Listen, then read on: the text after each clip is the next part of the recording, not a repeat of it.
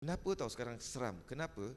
Mereka tu, anak-anak perempuan, ada sumber maklumat lain yang mereka boleh dapati dengan mudah, yang boleh mempengaruhi, mencorak hubungan mereka dengan kawan-kawan perempuan mereka. Dah berlaku kat Singapura.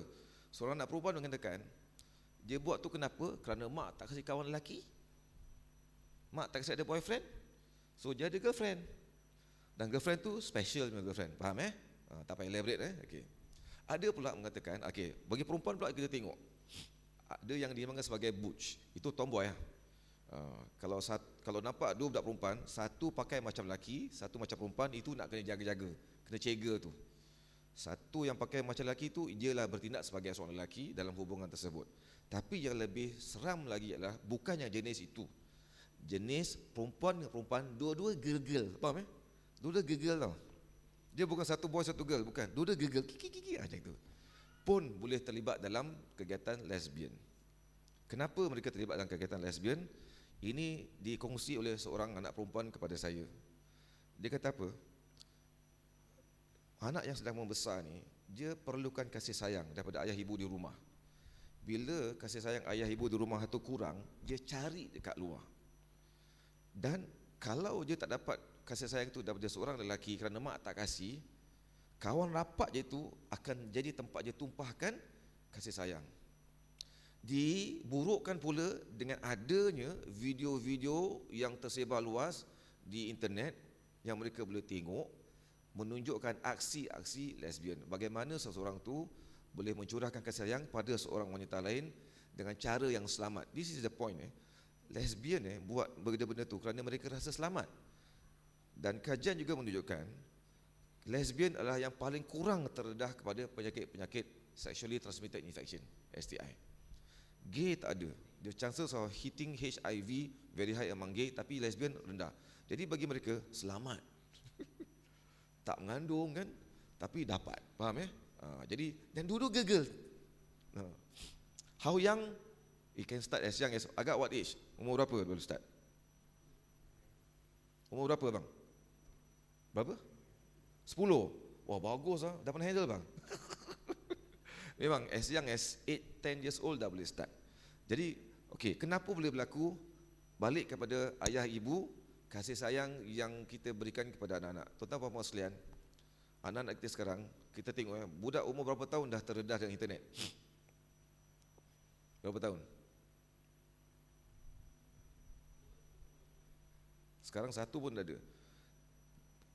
Asalkan budak tu boleh pegang aja. Dulu budak kalau nangis, kita sumbat puting. Sekarang bila budak nangis, kita sumbat apa? iPad dan sebagainya. Jadi itu perkara-perkara yang perlu kita berikan perhatian. Kasih sayang ibu dan ayah di rumah perlu lebih daripada perhatian, kasih sayang yang orang luar berikan. Dia rule of thumb gini, anak-anak kalau tidak dapat kasih sayang di rumah, dia keluar rumah, dia lapar, dia haus. Dia kalau dapat kasih sayang kat luar, tak kira siapa pun, dia akan sapu.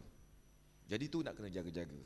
Dan sekarang pun di bagi anak perempuan yang saya seram betul, ada new definition of virginity. Kalau nak tahu nanti awak boleh tanya saya. Sekarang ustaz dah pegang mic. Saya tengok pun ni mungkin nak kena rehat dulu. Jadi kalau nak tahu apa definisi virginity, itu definisi dara anak-anak perempuan sekarang. You kalau dengar you boleh tergolek, boleh pengsan. Kalau nak tahu nanti kita akan teruskan lagi insya-Allah Okay, insya-Allah. Okey, sekian dulu.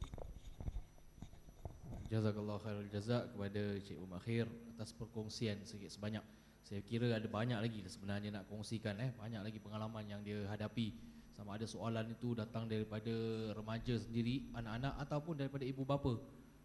Kalau dia teruskan saya rasa kasih 2-3 jam pun boleh habiskan Banyak lagi slide, 100 lebih slide pun dia boleh habiskan. Tetapi keterbatasan masa kita, insya-Allah kalau ada masa lagi kita boleh bincangkan lagi. Dan sekarang ini bila Cik Khair mengatakan tentang pengalaman yang tadi tentang bagaimana seseorang budak wanita tu boleh cenderung kepada sesama jenis, bagaimana dia dibesarkan sedemikian.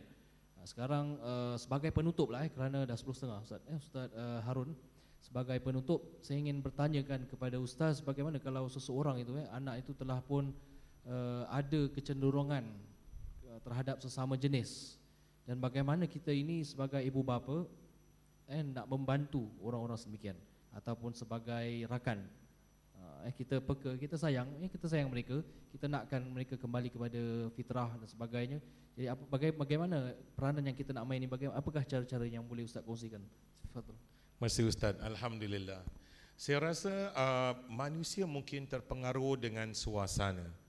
Manusia membuka mata dan mereka melihat. Bahkan kalau anda lihat dalam animal kingdom, banyak animal atau binatang yang tunjukkan homosexuality tendency. Antaranya adalah seperti khinzir, siamang, dolphin, apa tu yang burung yang pada dalam snow tu apa? Penguin dan sebagainya, termasuk kuda dan elephant dan sebagainya, banyak menunjukkan tendensi homosexuality. Lagi-lagi siamang ataupun siamang dan kalau anda lihat bila mereka atas pokok, laki-laki akan naik, jantan naik pada si jantan. Mungkin bila mereka memandang benda-benda demikian, mereka dapat arousal. Wow, macam boleh kata orang Melayu apa nak cakap naik, tiba-tiba naik nafsu, nafsu terus naik.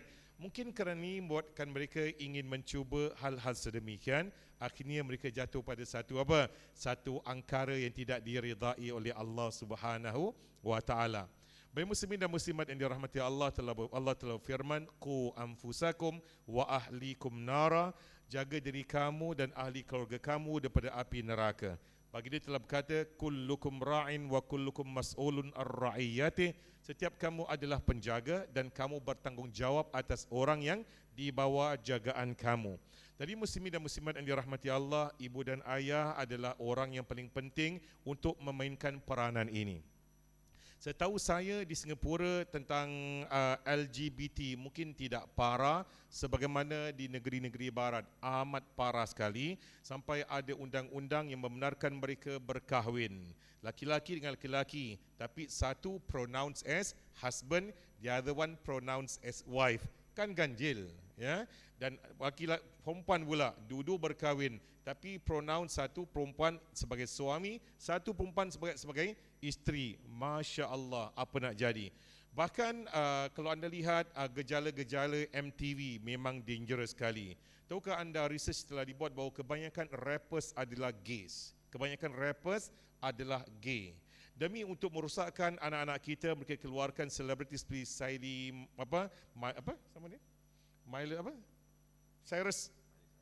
Miley Cyrus.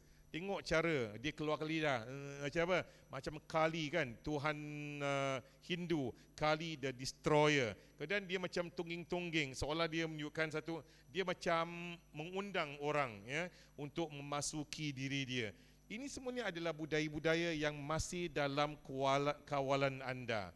Hendaklah anda senantiasa berkomunikasi dengan anak-anak kita, sayangi mereka. Betul kata Cik Khair, orang-orang ini adalah kebanyakannya adalah yang dahagakan attention.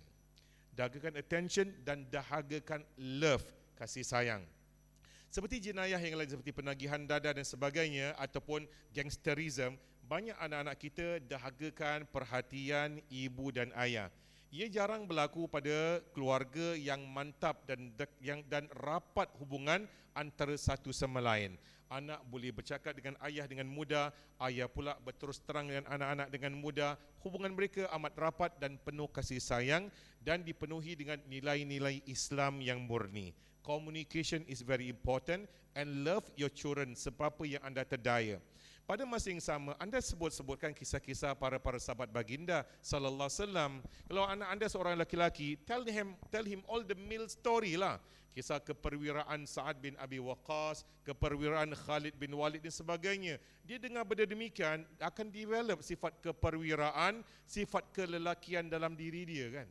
Kalau seorang wanita cakap tentang Halimah As-Sa'diyah, sebut tentang Aisyah radhiyallahu anha, sebut tentang Maria Al-Qibtiyah dan sebagainya. Jadi anda masukkan unsur-unsur femininity, femininity kepada yang perempuan dan sifat masculinity pada yang si laki-laki. Baik anda didik mereka dengan lunas kitab Allah dan sunnat Nabi Muhammad sallallahu alaihi wasallam. Mungkin anda tidak kata directly benda ni adalah haram, tapi at least anda bilang pada mereka what are the dangers. Dia destroy institusi perkahwinan. Man and woman kahwin itu betul, tapi man and man, woman and woman, Masya Allah, what will happen? Mana ada apa? Ada kelahiran bayi, tak ada anak, tidak ada. Orang tidak dapat produce. Tapi cara yang lain mereka buat adalah mereka bilang mereka nak buat adoption. This is ridiculous. Demikian juga mereka ambil money daripada sperm bank. Ini ada benda yang tidak natural. Muslimin dan muslimat yang dirahmati Allah. Setahu saya di Singapura tidak lagi itu teruk, meskipun ada tapi kerajaan telah ambil langkah-langkah untuk hapuskan kawasan di Desker Road dulu kan. Banyak dah habis. Saya dengar pula dah berpindah ke Changi pula. Masya Allah. Baik, kita boleh mainkan peranan. Mungkin kerajaan akan terlalu bersifat diplomatik dalam masalah demikian.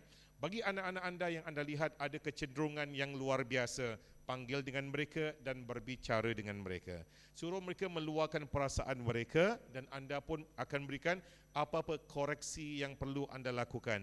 Berikan mereka kesalahfahaman mereka yang betulnya macam mana.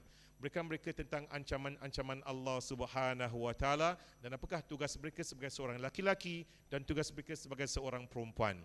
Muslimin dan muslimat yang dirahmati Allah, banyak orang kaitkan hal demikian sebagai kurangnya perhatian daripada keluarga, which kita kadang-kadang kena agree juga. Kerana keadaan sekarang ini memerlukan suami dan isteri untuk keluar, untuk bekerja, akhirnya anak tidak dijaga. Anda tahu tak, kalau anak kita semua dijaga oleh isteri kita pun kadang-kadang tak baik sangat, sebab isteri kita adalah seorang wanita. Kalau anak kita laki-laki, ibu saja yang jaga, ayah tidak intervene, anak itu cuma lihat a female figure in his life. Mungkin dia akan cuba imitate that female figure. Tapi ayah pun kena masuk campur juga tentang hal demikian. Ayah juga masuk dalam bab tarbiyah, jaga anak-anak mereka. Muslimin dan muslimat yang dirahmati Allah, untuk mengelakkan mereka daripada dibinasa, diazab oleh Allah Subhanahu wa taala, ini adalah tanggungjawab anda dengan saya. Tanggungjawab kita semua bersama. Pastikan anda dapat identify apakah kecenderungan anak-anak kita. Be quick to see, to smell apakah kecenderungan mereka. Kalau mereka adalah lelaki tapi suka main benda-benda perempuan, that's dangerous. Cuba anda ketahui siapakah teman-teman dia. Amat berbahaya. Sampai pada tangan orang yang salah, habis. Bagi dia berkata, almar'u ala dini khalili. Seorang tu dihukum atas agama teman-temannya. Teman-temannya adalah orang yang betul, insya-Allah di jalan betul. Teman-teman yang jalan salah, akhirnya dia pun akan jalan salah. Kita sebagai ibu dan ayah kena mainkan peranan yang sedemikian. Dekati anak-anak anda, berikan mereka kasih sayang, berikan mereka perhatian dan bimbing mereka dengan penuh hikmah dan sampaikan risalah Allah Subhanahu wa taala kepada mereka dengan hikmah agar mereka dapat menerimanya dengan baik. Dan anda kena bekerjasama, suami isteri berusaha agar anak yang ada kecenderungan yang tidak sihat dapat dikembalikan ke pangkal jalan. Bagi anak-anak yang mungkin anda ada kecenderungan sedemikian, don't be shy to come forward. Walaupun benda ni dianggap normal, tapi di segi Islam dia adalah dianggap very, very abnormal. A man supposed to be a man, a lady supposed to be a lady. Jadilah apa yang anda telah diciptakan oleh Allah Subhanahu wa taala. Be what you have been created by Allah Subhanahu wa taala and try not to become someone else. Pada apa yang Allah telah ciptakan anda jadi seorang lelaki, banyak kebaikannya. Allah ciptakan anda sebagai seorang wanita, banyak kebaikannya. Dan janganlah anda reda hidup dalam keadaan yang penuh maksiat. Laki-laki bersetubuh dengan laki-laki, perempuan bersetubuh dengan perempuan. What's there to happen? Ada seorang laki-laki yang telah berhijrah, seorang dulu pernah jadi dancer, kemudian dia bilang sama saya, Ustaz saya dah kahwin, Ustaz, ditunjukkan wedding ring dia. Kemudian saya bilang, kahwin dengan siapa? With another man. Na'udzubillah. Saya bilang, anda tidak takut dengan azab Allah Subhanahu wa taala? Anda buat sesuatu yang dibuat oleh binatang-binatang, bukan dibuat oleh manusia. Baginda SAW seorang laki-laki, kahwin seorang wanita. Wanita zaman Nabi, kahwini laki-laki. Tidak ada orang yang buat sedemikian. Dan kalau kita lihat dalam animal kingdom, memang ini biasa dibuatkan oleh binatang-binatang yang pernah kita sebutkan tadi. Walhasil, apa yang buatkan kita berbeza dengan binatang adalah keimanan kita, akal fikiran, ilmu dan kemampuan untuk rasional.